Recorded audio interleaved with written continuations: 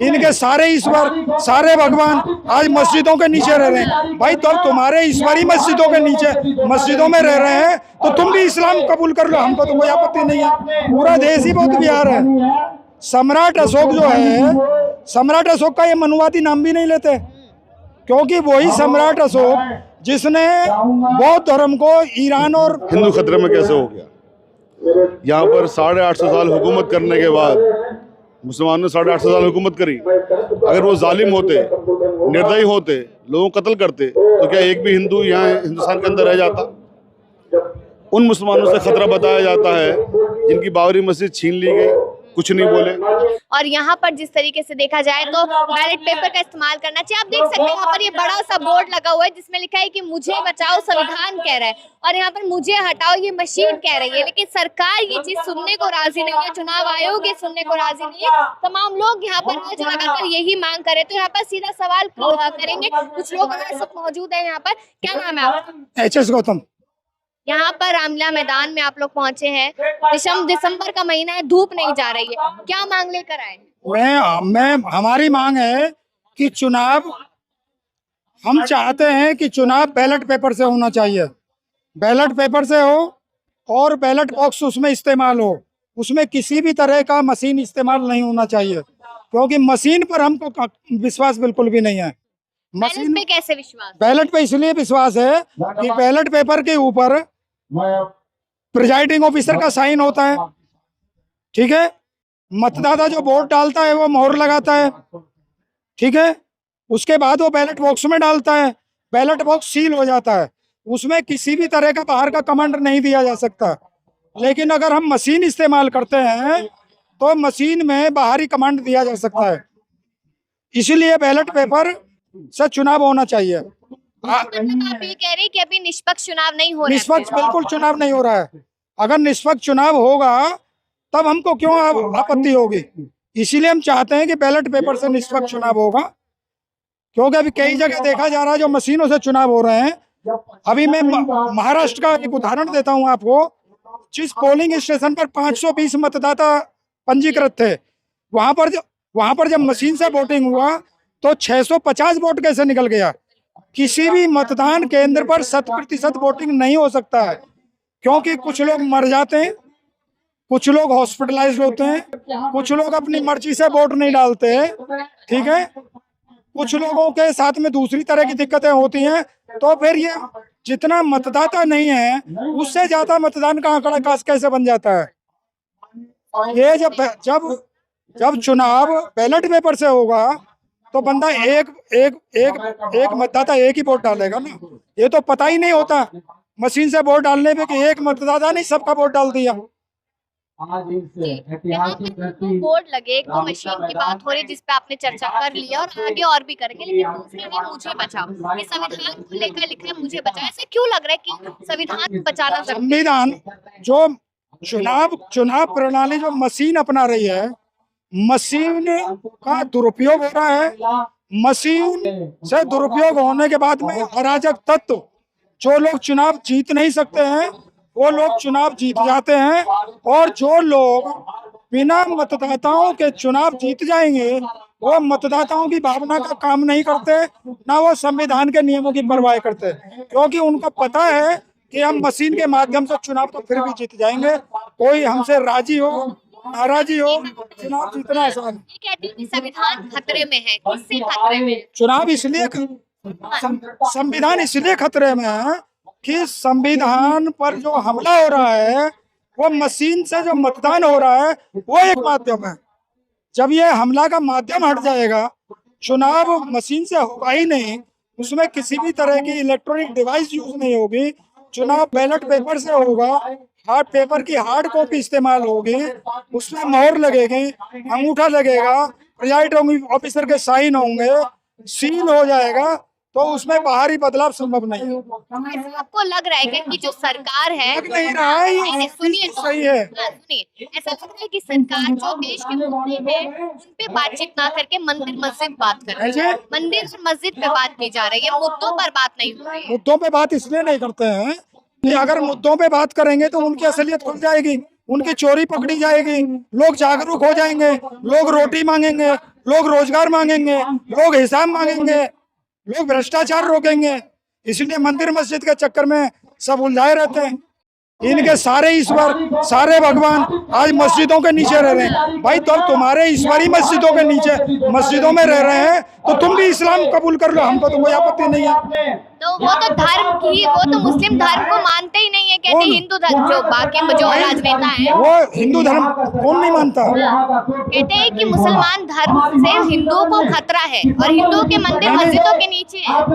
खतरा उनके, जो उनका षड्यंत्र है ना, खतरा षड्यंत्र को है, खतरा हिंदू को भी नहीं है, खतरा मुस्लिम को भी नहीं है, खतरा है रोटी रोजगार का, खतरा है नौकरियों का। अच्छा, ऐसा लगता है कि कुछ लोग ये कहते हैं कि मस्जिद के नीचे मंदिर अगर मिल भी जाता है तो मंदिर को खोदेंगे तो नीचे बुद्ध विहार मिल जाएगा। मंदिर पे अगर दान देना बंद हो जाए, मंदिर पे अगर एक भी पैसे की आमदनी ना हो तो मंदिर खुद में खुद बंद हो जाएंगे, क्योंकि मूर्ति कभी पैसे नहीं देती। जो वहाँ जाते हैं वो अपनी मूर्खता की वजह से पैसे चढ़ाते हैं या उनसे उल्लू बना के पैसा लिया जाता है। तो भगवान को पैसा चढ़ाना तो श्रद्धा है ना। भगवान को पैसे की क्या जरूरत है? उसको तो पैसा खुद देना चाहिए। लेकिन जो ईश्वर की कल्पना है वही झूठ है, वही झूठ है, ईश्वर है ही नहीं। ईश्वर नहीं है, फिर कौन है? कोई ही नहीं, नेचर, ओनली नेचर। कह रहे हैं ना मंदिर को और खोदेंगे तो बुद्ध विहार निकलेगा, मंदिर को और खोदेंगे तो बुद्ध विहार। ये पूरा देश ही बौद्ध विहार है, पूरा देश ही बौद्ध विहार है। सम्राट अशोक जो है, सम्राट अशोक का ये मनुवादी नाम भी नहीं लेते, क्योंकि वही सम्राट अशोक जिसने बौद्ध धर्म को ईरान और इराक तक पहुंचा दिया था। उस महानेता का नाम, उस महापुरुष का नाम नहीं लेते। नालंदा यूनिवर्सिटी की बात नहीं करते, क्योंकि नालंदा यूनिवर्सिटी से ज्ञान मिलता है। इनको ज्ञान चाहिए नहीं, इनको पाखंड चाहिए। इनकी दुकानदारी पाखंड से चलती है, ज्ञान से तो चलती नहीं है। ज्ञानी लोग तो इनसे सवाल करते हैं, ज्ञानी लोग इनकी बेईमानी पे सवाल उठाते हैं, ज्ञानी लोग पाखंड की पोल खोलते हैं। तो इनको ज्ञान तो चाहिए नहीं, पढ़े लिखे लोग चाहिए ही नहीं, पढ़े लिखे लोग नहीं चाहिए। नहीं, तुम्हारे मेरे जैसे लोग चाहिए ही नहीं, तुम्हारे मेरे जैसे लोग चाहिए ही नहीं इनको तो ऐसे लोग चाहिए। 2025 आने वाला है, 2025 आने वाला है, कहते हैं 2025 में हिंदू राष्ट्र बना देंगे। हिंदू राष्ट्र? ये पहले किसी गांव को एक पूजा स्थल और एक शमशान बना लें। एक गांव में एक पूजा स्थल, कोई भी एक पूजा स्थल और एक शमशान बना लें। उसी में सारे खटीक, धोबी, धानुक, चम्हार, भंगी, लुहार, सारे लोगों का दफन हो उसमें, तब पता लगेगा कि ये कैसा हिंदू बनाना चाहते हैं। हिंदू के नाम पर SC ST OBC को बेवकूफ बनाते हैं, आरक्षण खत्म कर रहे हैं। आरक्षण खत्म करने का यही साधन है कि हिंदू मुस्लिम में इल्झाए रहो, SC ST का वोट लेते रहो और SC ST का हक मारते रहो।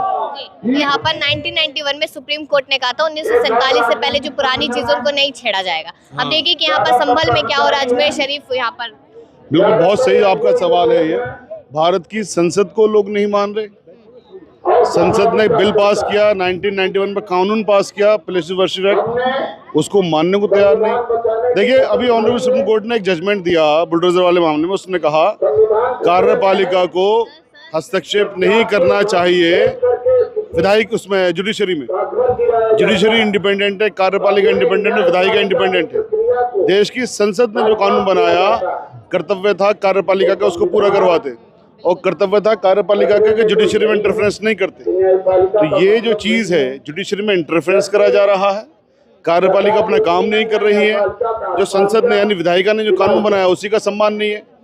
जब 2019 में बाबरी मस्जिद का डिसीजन आया, तो बाबरी मस्जिद के डिसीजन में जो एक बात कही CJ चंद्रचूड़ साहब ने, हालांकि वो जजमेंट उन्होंने भगवान के कहने पे दिया, भगवान के कहने पे जजमेंट दिया, उसमें ये बात भी लिखी थी कि जो प्लेसिव वर्शिप एक्ट 1991 है वो पूरी तरह से वैलिड है, बहुत बढ़िया कानून है। अब और मंदिर मस्जिदों की बात नहीं की जाएगी, और आस्था के विषय पे, आस्था के आधार पे ये बाबरी मस्जिद हिंदुओं को दे रहे, कोई कानूनी सबूत नहीं मिलता वहां पर किसी मंदिर का, फिर भी दे रहे।